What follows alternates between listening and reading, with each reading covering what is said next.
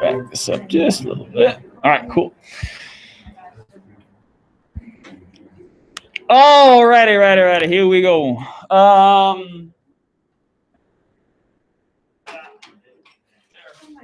This way.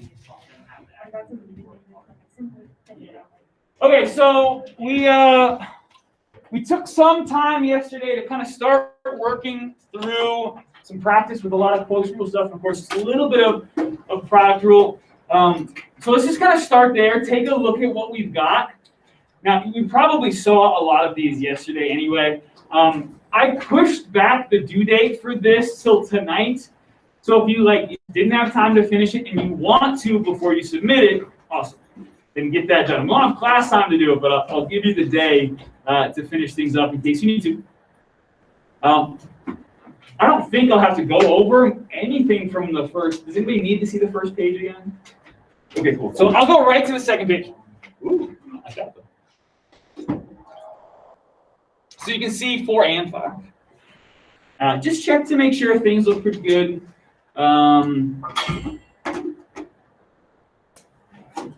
These are kind of nice, simpler ones, I guess, if you can call them simpler. U and V are pretty straightforward. 5 just a little bit trickier because of the fractions and the exponents that are fractions. Having to put things together like that. I think with 5, I could have created a common denominator of 2 and then put that on the bottom. So call it like x to the.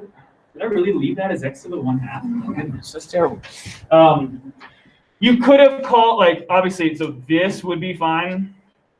I think it's not ideal, I guess, because it still has the 1/2 as a coefficient.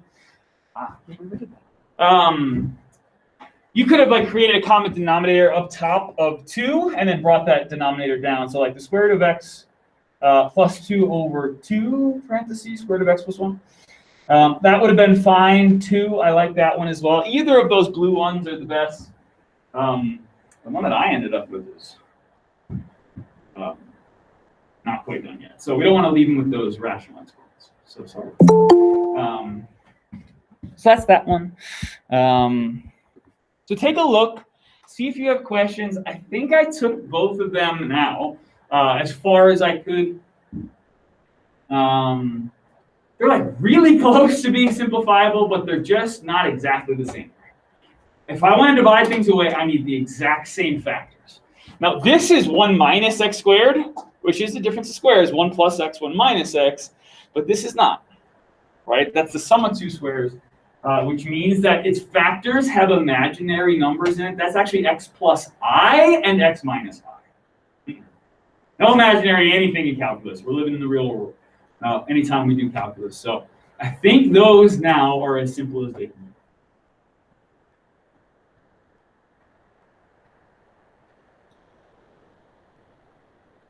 be. Okay. You see that along the way, I put h prime of x as soon as I start doing it, and then I'm just kind of working with the right side only, but by the time I get to the end, it's a full math sentence there. I don't just box in the derivative like just the fraction. I say, okay, h prime of x equals. Here it is, nice full math sentence, if you will, for each one. I'm good with either answer in blue. Of course, the second one is just a little bit nicer because there's no fractional anythings anywhere. But either one's good. Questions on 4 or 5? Okay, cool. I see some writing, so I will let you write. In case you got stuck or you didn't get a chance to finish, now you have this to look back at. My hope is that between today and tomorrow, we can learn the last of the big 3 rules. Monday can be kind of like a wrap-up practice day. And then, I don't know, I'm thinking about just kind of sending you home with the quiz for the first half of chapter 3, and you can just kind of do it during the week. Right? You can do it at whatever day, on whatever time, because in general, everybody in here's testing responsibilities are done by Wednesday, right? So I think a realistic due date would be Friday. That's kind of what I'm thinking, which might give you the weekend then to grade it and get it back to you. Let me get back. Because then we can start the second half of the chapter. Cool? All right, so I'm going to scroll unless there's any other questions. Yeah, Not please. on Mount, but we have Friday off too next week. Friday is an off day. Yeah. So you are off that day. Yep. And Monday. You have a 4-day weekend. Teachers have professional development on Monday. So we're in school on Monday, but you guys are not. So yeah, 4-day week, which is really like a 2-day week coming up next week, and then a 4-day week after. Yeah, great. Oh, why is it root x plus 2? I made a common denominator up top because this is really like the square root of x over 2, right? 1/2 square root of x, and then plus 1, which is 2. Denominator, which then joins the denominator on top, right? Because that is then the square root of x plus 2 over 2 over all that, and it becomes 1 denominator. But seriously, like, this is cool. This is fun. Okay. That's okay right there. Yeah, I got that far, right? I know.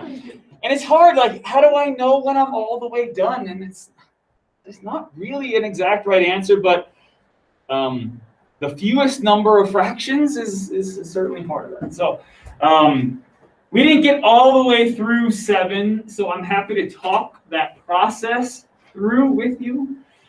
6 was much more straightforward in how we found our u's and v's, DUTVs, how we multiply, how we factor and simplify that beta squared. That wasn't common. You could have pulled out a negative theta squared as well and just kind of dropped that negative in front and then just have theta sine theta plus 3 cosine theta on top. So either version is okay. That might be even better than the one that I chose. Of course, I forgot my Unit 3 guided notes here, so I kind of did this a little bit faster this morning, and then scanned it in. So I probably could have gone a little bit further with G prime there and just pulled out the negative, but that one's good. You don't have to, but pulling out negative leading coefficients is usually good. But again, I think there's some freedom there as long as you simplify it correctly and as far as you think you can. You're going to get most, if not all, of ones. Most, if not all. That mean?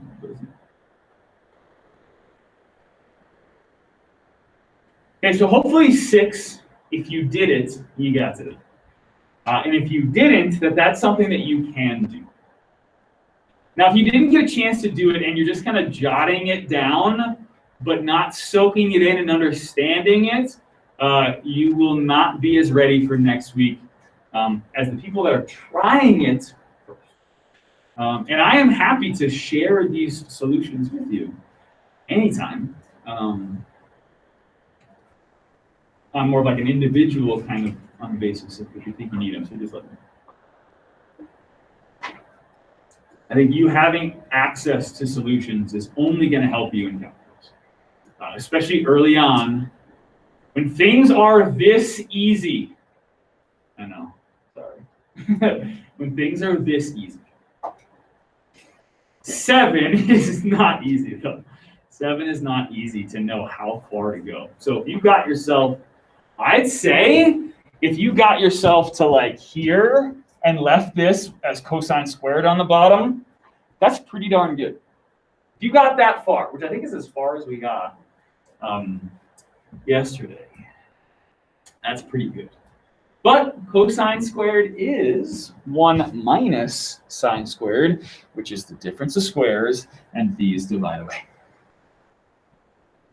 So that was that last step that I don't think we got to, but I think we did talk about pulling the negative 6 out, recognizing the cosine squared plus sine squared is 1, and kind of getting to there with the 4 over cosine squared. But I crossed my fingers, tried a Pythagorean identity, and I could use it. And sometimes we try it and it doesn't work, and that's okay too. But you want to kind of take a shot. You want to say, hey, let me try one more thing. See where it gets me. Let me try one more thing.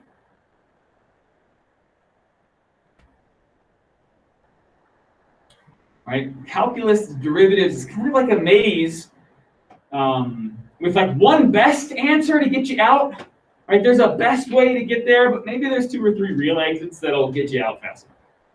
I think this was the best. Again, that -3 that's on top, that negative could go out in front of the fraction. That might be preferred rather than leaving it up top. Again, I kind of rushed a little bit this morning to make sure I got my answers ready for second. So, and I got them in under the wire. Yeah. Okay, so I'm pulling out the theta. Yeah.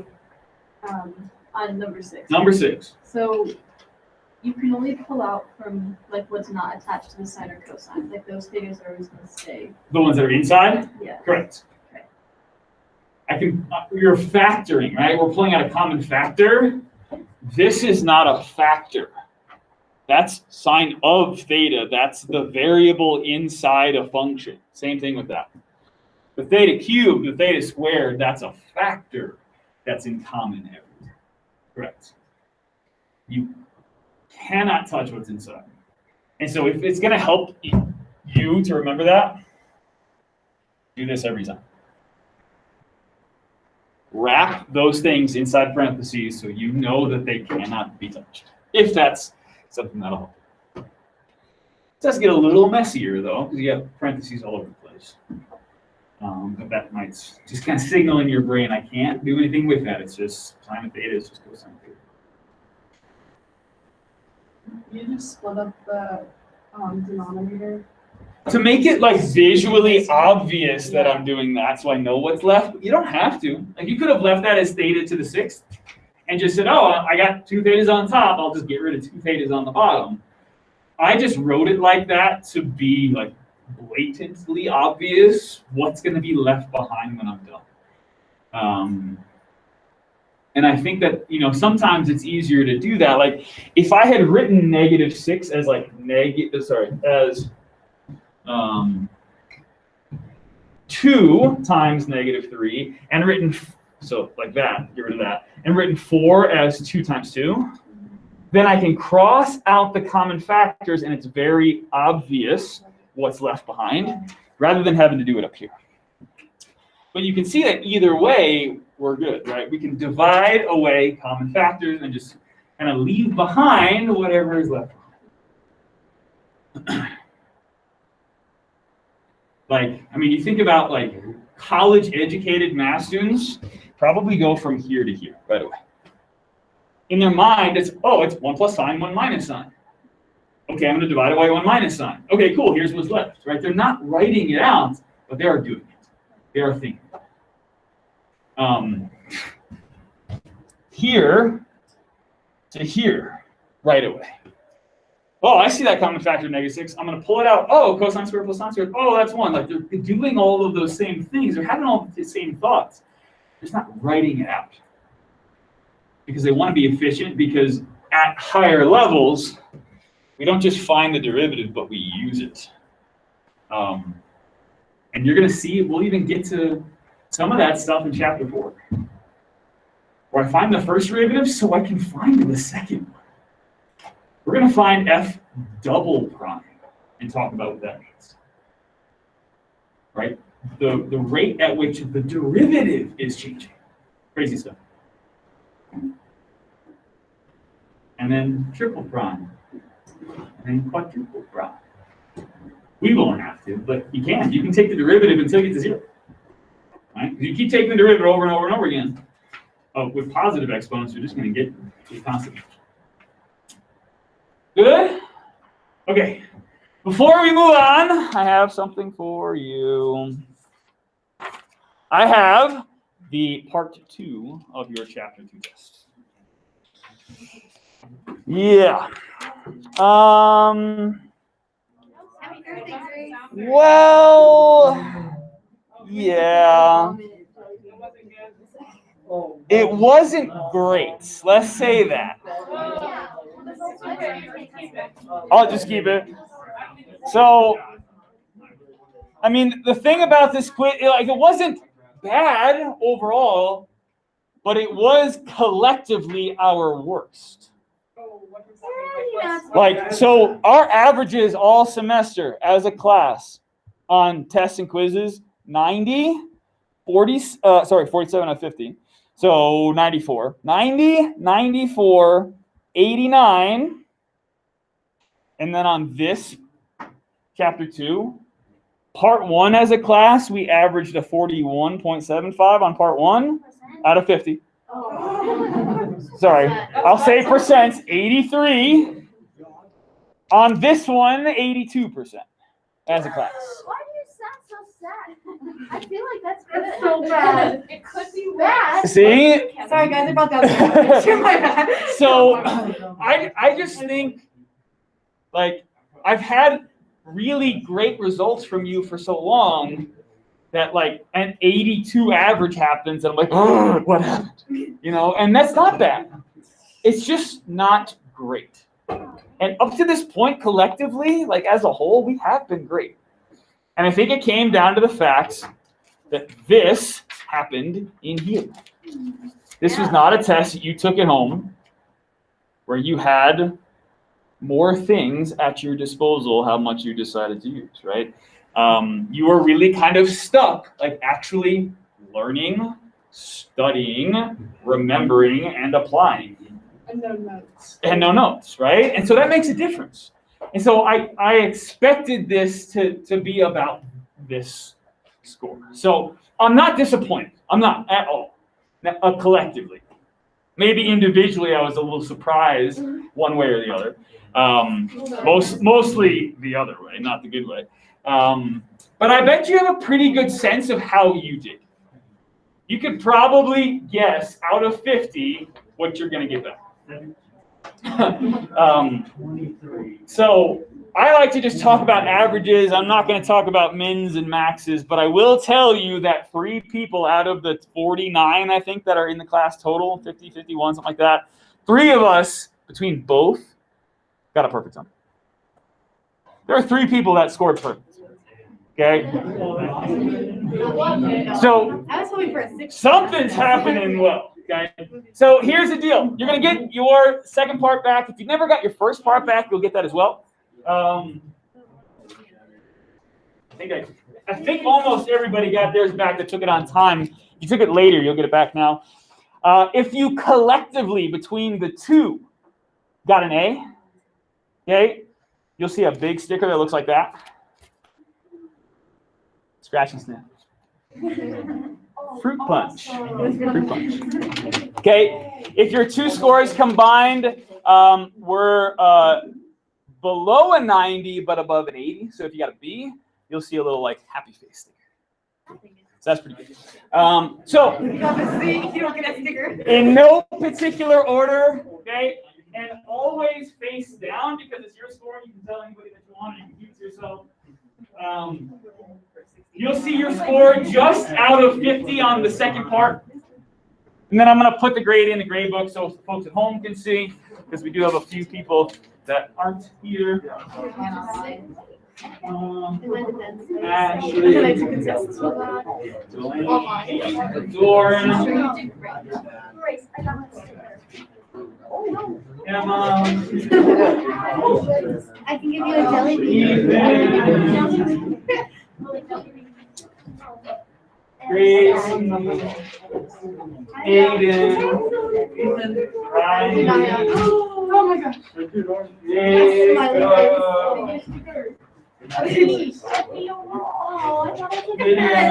When she's smart. Thank you. Malcolm, Grace, I did not have to do that. Miss James, Andrew, It's like I don't have to. I can save myself in public completely. I'm being dead serious. No, you're not. No, I'm being dead serious. I did not. It was not good. I said all afterwards. I was like, I get some stupid. So if you took this at home or if you are home right now, go ahead and check Infinite Campus. Anybody and everybody can check Infinite Campus right now to see what your total grade is. Yes, Ash. And if you have questions, let's talk it out. So, like, Wait, really? I'll take that right away if the top end. We can do it. No, I don't know.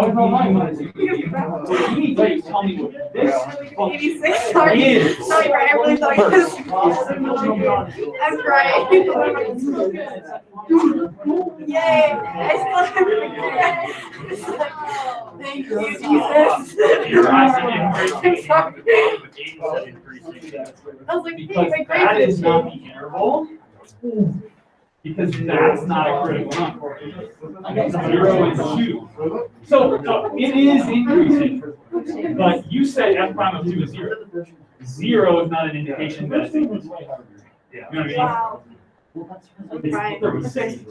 Well, it's not, it can't be 2 because 2 was I was the like, You plugged in 2, got 0, and then told me the function was increasing at 2. It's not increasing at 2. So, you know what I mean? Yeah, it's increasing after that critical value, but you didn't find the right critical value, so you plugged in the wrong number and then used Did I it. get a scratch this head? Even though I don't deserve one. I've got solutions if you want to look in case you have questions as to what you did and what you got wrong and why. So wait, why did I put -1? Did I? So it is, you are correct that when you simplify it's -1, but Okay. that's the function. When you take the derivative of -1 is 0. Oh. Oh, okay. Rosie, I think you gave me great. She's the worst one. Fruit punch. Fruit punch. So I was gonna do chocolate, but it was like the fake chocolate, and I was like, no. I tried it out. I was like, no. Huh? You got one. No, I did not practice the class that when I on that sick day. Your total score. Where? Right, I gave you a smiley face one. No, I didn't get it because I took the other one at home. So I was sick that day. Then I forgot mine. Oh, I see what you're saying. Yeah. Oh, because I didn't I actually wanna be- physically hand I'm it back to you. describing steps too. Oh, I get it. I really want to see this. Which one do you want? I haven't yet. I feel like I'm Pink? yeah. That feels like really cool. Like, Take one. I bought 5,000 smiley faces, so I'm very happy. how much would those? Like $7. Wow. Yeah, Like, not Prime? probably. Probably. The No scratch and sniff ones are expensive, that's why I do that. Here is my collection of smiley face stickers. Oh, wow. Sorry, 5,800 stickers. Yeah, It's a, so wait, if I, I'm listening. read wrong, my grade are wrong, what is wrong? Oh, is this right? So, the only reason that these are wrong is because you put a negative instead of positive, right? But what you did thereafter made sense, and you actually picked numbers within most of the correct numbers.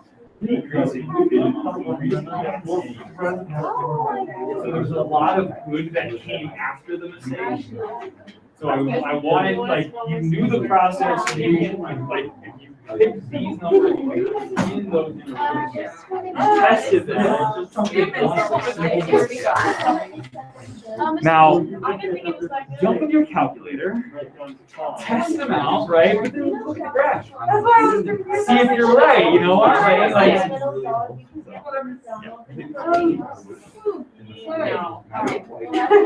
so you kept saying, like, just like, it's not equal. You can't, like, here's the function which is equal to the derivative. Right? Function, and then stop. Here's where my derivative is, right? Here's my function. Okay, now here's where my derivative is. Here's my function. Here's where my derivative is. You're doing this like connecting this way, but you switched from your function to your derivative, but you still put the fact that they were equal. The arrow, like implication, that'd be fine, or just move to like a next line down. And go down. Yeah. If you're good, you can put those away. I do want to teach you something today. The last of 3 rules, page 197. 197. We'll learn it today. We'll practice it tomorrow. Hopefully that will get us to kind of like a review day on Monday. And if I am on top of my game well enough, I will have the quiz to hand to you on Monday as well. Is that like 50 points? Yeah, probably. Yeah, about the same size as most of them. Yeah, I like each chapter kind of adds up to 100. So we'll do a first half of chapter 3 and then the second half. Yeah. Should we memorize all of these functions? All the rules, Yes, mean, sorry, all the. like product rule, chain rule, quotient rule, Yes. the test that you'll take at home. No, I think you're good to just Okay. kind of look back and make sure you know how to use it. We are allowed to use our whole. They'll be different. Yeah. Thank God. This brought us down collectively. Almost everybody's grade probably went down, or contributed to a grade that's already lower. So I would like chapter 3 to push us back in a good direction. Yeah.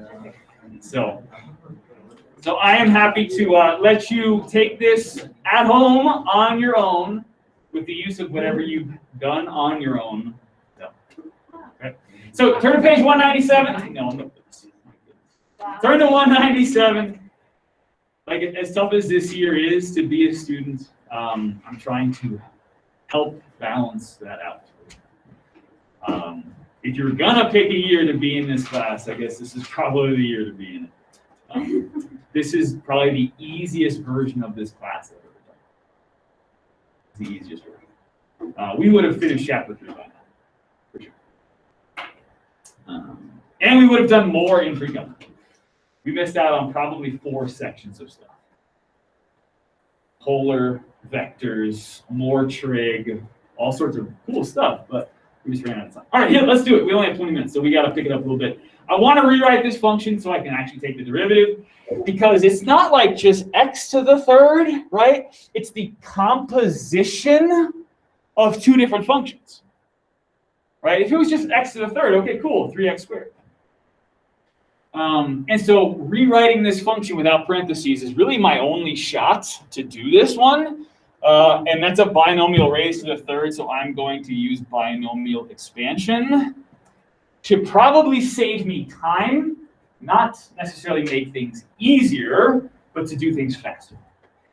Binomial expansion with Pascal's triangle can be trickier for some, especially because it's like 2x plus 3, not even just x plus 3, right? My first term is 2x, and I have to like do that to different powers, and then same thing with the 3. So these are my coefficients, right? So I've got 4 terms.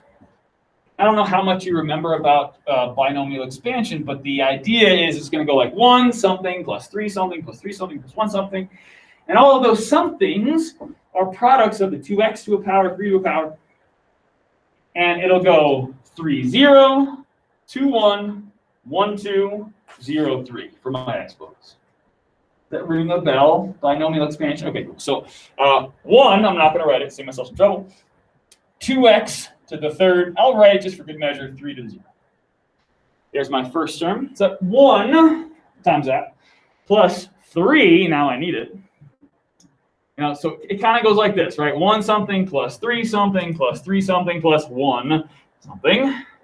3, 0, 2, 1, 1, 2, 0, 3, 2x and 3, 2x and 3, 2x and 3. Sorry that it's blinking like that. That hurts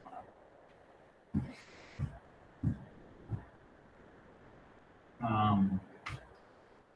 And as much as it's probably easier to just do 2x plus 3 times 2x plus 3 times 2x plus 3 just to distribute, which is fine. If that's what you think is going to help you do it right, do it. But binomial expansion is faster. Not easier necessarily. I think it's easier. I think it's less work. But you want to be comfortable with it. Okay, still the function. Let's see what we get. Give you a second to jot that down if you haven't finished yet. So 2x to the third, so 2 to the third and x to the third. So 8x cubed and times 1, so just 8x. Plus 3 times 4x squared times 3. So 3 times 4x squared, let's do that first. So 12x squared times 3. 12x squared times 3, 36x squared. Now, you don't have to do all of that in your head. You could take like a step of work and apply all the exponents first, kind of like write them all out and then combine things together. But I think collectively the 25 of us can kind of do it all together. 3 times 2x times 9. So 6x times 9, 6 times 9, 54x plus, thank goodness there's no subtractions anywhere, 1 times 3 cubed, 1 times 1 second. Efficient, but a brain hurts a little bit, right? And that's okay, right? Do what works for you. You can have calculators help you out a little bit, but now that it's rewritten, again, this is still just the function. All right, cool. Now let's find the derivative. That one's pretty easy. Drop the exponents in front. Quick power rule on each one. Thank goodness I don't have to do limits with all these humongous numbers. Plugging in x plus h and having to like expand the 2 in and then expand the cube and ugh, no thanks. So not a ton of work, but a little bit, a little bit. But I want to do it faster. Right? And Newton gets a lot of love, but Leibniz gets the credit for what's called the chain rule, which is the last of the 3, and it has to do with the composition of functions, right? It wasn't just x cubed, it was a function of x. 2x was 3, and there was like a bigger function happening to them. Right? It's not just some f of x, but it's like f of g of x. Right? We've got like functions buried inside other functions. And as much as I'm going to write things down like in a couple different ways that's true with the chain rule, I think the thing that's going to help you do this right is to think inside function versus outside function. Okay, we're going to like compare things inside, like 2x was 3, and then compare the outside like something cubed. And kind of use that mindset of let's talk about the inside and the outside. Okay, I'm going to give it to you in the kind of a couple different formal ways. I want to make sure that I do the exact same thing that I did last time. Okay, cool. Too big. Okay, 2 different ways to write this, but I think the mindset will eventually be inside outside. Okay, so if we have like y, and that's not just some f of x. But it's f of, and I'm going to use colors to help kind of separate things to make them obvious, f of g of x, right? So you kind of have like this little inside function g of x, right? And then something bigger happening to that. It's being raised to a power, or it's got a root over it, or it's like stuck inside sine, or, you know, it's not just sine of x, it's sine of 2x. Or it's not just sine, but it's sine squared, right? There's like more happening to it, okay? If that's the case, then the derivative of y with respect to x, it's Leibniz. I'm going to use his notation because it's a good thing to do. Okay, here's the mindset, okay? The outside function is the f, okay? The inside little thing is going to be g of x.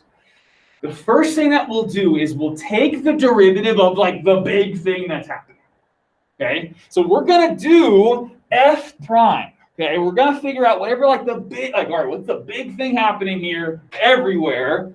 Let's take the derivative according to the things that we know. Derivative of sine is cosine, x squared is 2x, whatever, right? But obviously the inside is more than just x. But here's what we're gonna do. We're going to leave it alone. Whatever the inside little thing is, like the 2x plus 3 in this case, right? We're not gonna touch it. Like, so if it was x cubed, okay, 3x squared. Now it's 2x plus 3 cubed, okay, so like 2x plus 3, don't touch it, squared, okay? But because your inside function is more than just x, we're going to create a chain with a product by multiplying by the derivative of the inside. They did all the work with limits to give us this rule.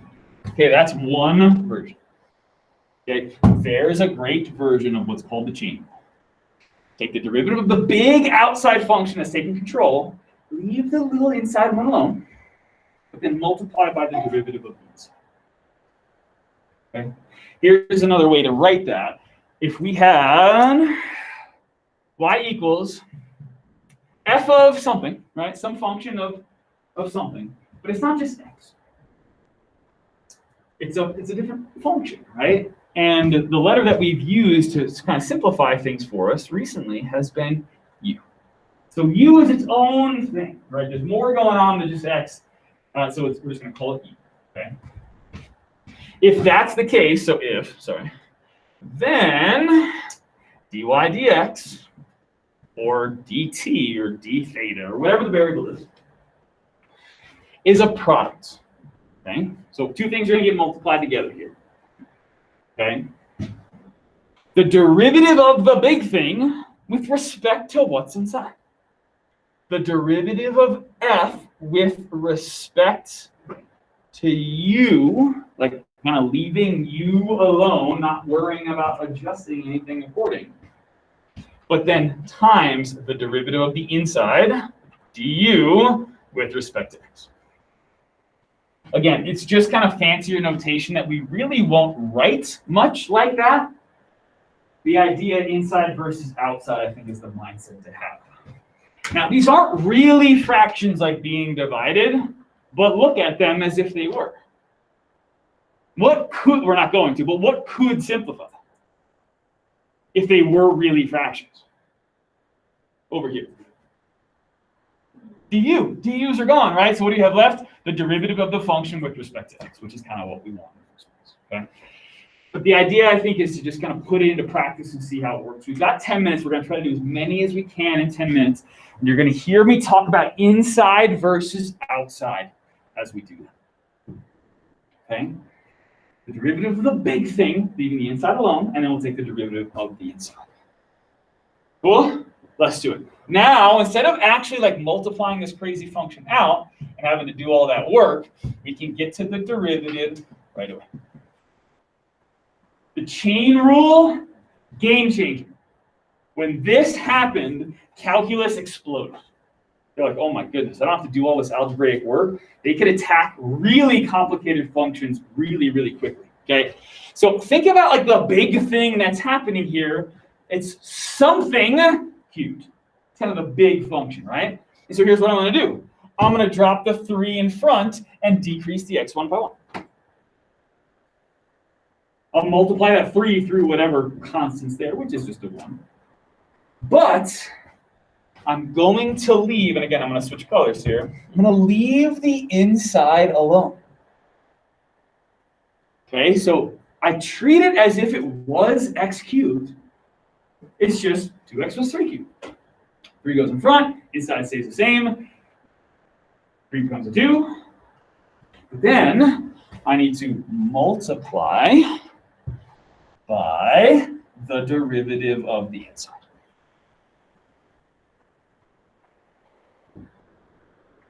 Which is actually, and don't write this unless you want to, if my function was just x cubed, we're doing it anyway. Okay? Drop the 3 in front, leave the inside the same, decrease this exponent by 1, and then multiply by the derivative of the inside, which is just 3x squared. So the chain rule works whether it's just x or not. We just didn't really need it because it was just x. We're taking the derivative of x with respect to x. So we're good. And so the only thing I think we have to do here to make this simpler is to make small, simple simplifications. Don't expand out exponents. Don't. Okay? Put things together that go together nicely. Now it's a product, so I'm looking at like constants times constants, common factors, and just like messing with their exponents simply. Like I think just calling this like 6 times 2x plus 3 squared is good. The idea of the chain rule is to really like take all of the expansion and simplifying difficulties that kind of happen with the algebra and taking those out of our kind of mindset, hoping to get to an answer that is true. Now, if we were crazy and had plenty of time, we could expand that out and we'd get the same. Okay, but we don't have to. Or we could try to factor like the derivative and it would get to that. But I think my best advice to you is to just do the calculus. Don't stress the algebra that we could do after. Okay? Derivative of the outside, leave the inside the same, then multiply by the derivative of the inside. Now, here they want us to do more, right? They want the normal line stuff. So, all right, derivative part first. But I need an inside and an outside. Like I want to kind of like rewrite my function so that it looks like this. Give me an inside and then put something on the outside. Whether you're putting like an exponent on the outside, you're putting a root on the outside, you're putting a trig, whatever. Like let's figure out an inside and an outside, but just one of each. Because we could like have like f of g of h of k of l of x and have like a bunch of them, but that chain rule gets really messy really quick. And we could do it. Take the derivative of the big thing and then leave the inside the same. And like just chain them together, right? We could do that. Like you had a question. So like anything on the outside would be that. Exactly. That's the big thing happening. And so that's what we kind of want to think about is like, what's the biggest, most powerful thing that's kind of happening if our function is sine squared theta? Is there something we can put on the outside and then something on the inside so that it means sine squared theta? Yeah. You just have sine theta in the parentheses and then the squared on the outside. Love it. Those two are the same. Right? Sine squared theta is sine of theta squared. And I love that like my big thing that's happening is just a power, because then in my mind, I'm just using the power. That's it. Okay? That's what I'm kind of hoping for. Nope, you're good. That's what I'm kind of hoping to do is give myself kind of the simplest route to this answer. Because now when I take the derivative, it's just, okay, the inside in my mind is just x, or just theta, or whatever it is. I'm going to keep it simple. Okay? I'm going to drop the exponent in front because it's a power. Right? I'm going to decrease this power by 1. That's the power rule. It's just that it's not just theta. It just happens to be sine theta. So I leave that alone. Derivative of the outside, leave the inside alone. But then make sure you multiply by the derivative of the inside.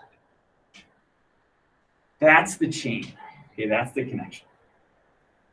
And then write it as simply as you think is easy.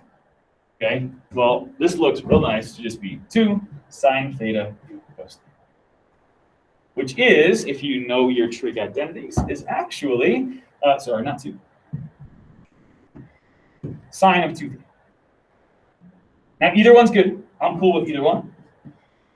Okay? I like the second one because there's only 1 theta in the answer. But if you just stopped at 2 sine theta cosine theta, I think you'd be in great shape. The issue is that they don't just want the derivative, they want the slope of the normal lines. We just have a little follow-up work to do after that. Okay? We'll see what happens at 3 pi over 4. That'll be our slope of our tangent line, and we'll just do perpendicular. Okay? But with 2 choices to evaluate, I'm picking the second one. It's only 1 theta. Now, you would get there. Wow, well, you know what? Let's do them both. So you can see how much nicer the second one is. Let's do the first one first. If you want to write them both down, you can, but I suggest just doing the second one. Let's check this out. Okay, 2 times sine of 3 pi over 4. It's the y value right there.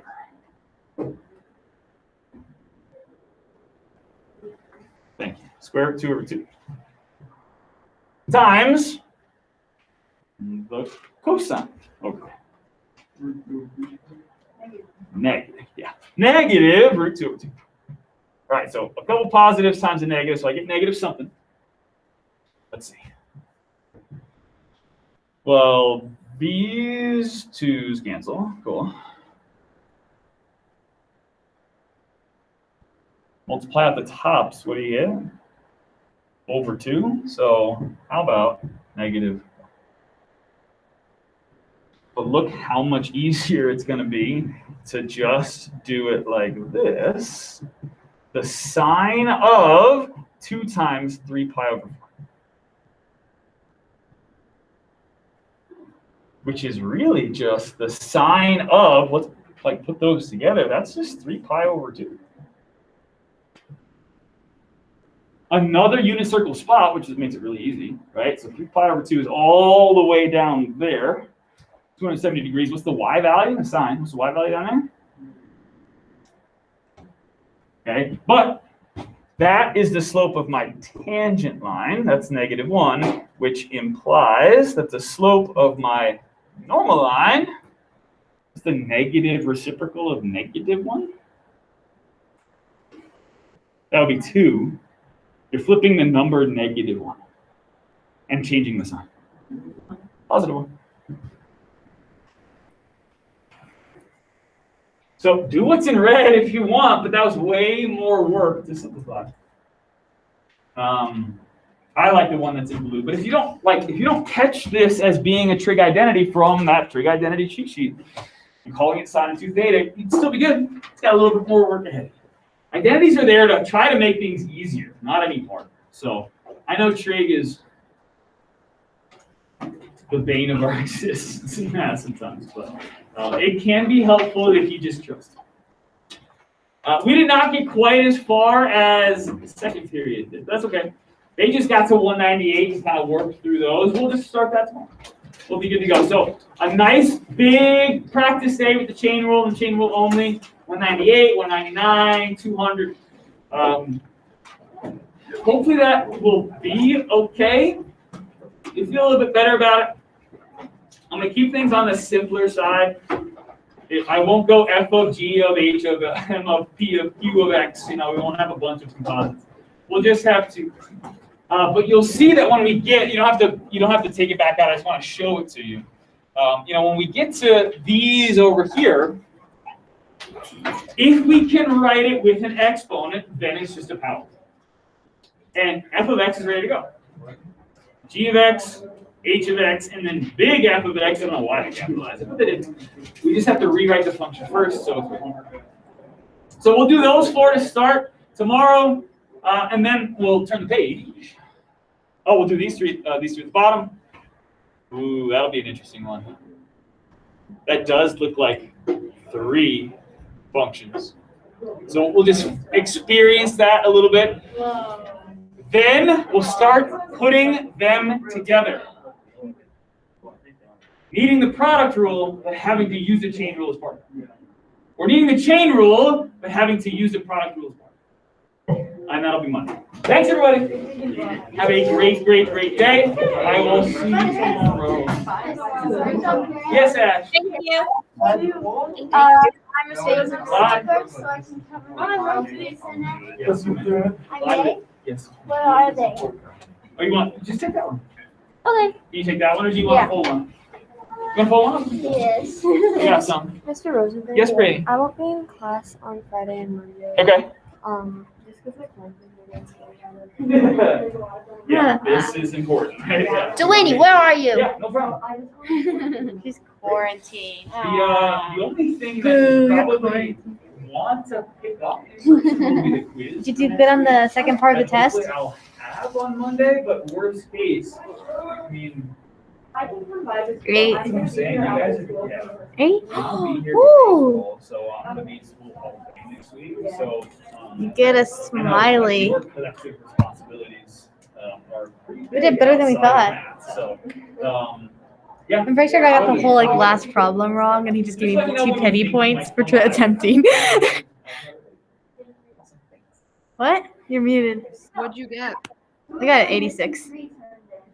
So like with the last problem, I think I got totally wrong. So that's like 16 points. So I was like 14. Then I Hold owe on. $20. And if you do, then I owe Yeah. I'm in. So you better expect to pay $20. I will be looking at my email with great Perfect. patience, great anticipation. And you're up until like 2 a.m. every night anyway. I might have gone to bed around 2 last night. Oh my goodness. And how are you I so was grading these energetic? quizzes. You're so energetic throughout the day. I'd be dying. So there was a point between like 9 and 10 o'clock last night that I was like, there's no way. I'm not getting these quizzes graded. I can't do it. And you're like, motivation. And then I just sat down at the kitchen table. I had like my laptop set up and I just like put something on. Like I put on like some laid back music and I started grading. Then I got over that music and I put on a show and I grabbed a bag of chips and I just kind of just kept going. And then like 11 o'clock, it was like second wind. I was like, no Let's go. problem, let's go. Right? I just need to hit that wall and power through it. And then, but yeah, I woke up this morning and I was like I heard my wife's like third alarm go off, and I'm like, oh no. That means I slept through the first two and her getting up and out of bed and getting ready. Oh. Like I slept through the hair dryer, I slept through the shower, I slept through the lights being on. Like I woke up and the lights were all on. It was like 6:15. I was like, wow, okay. The first alarm goes up at 6:15. 5:45. Oh, ew. Delaney So- and I made a TikTok about your class, Hi. and she's forcing me to show you. All right, She's Delaney, gone. let's see. So, wait, hold on, mute the audio. Okay, let's turn off this recording so it'll go faster. Oh, That's yeah. okay.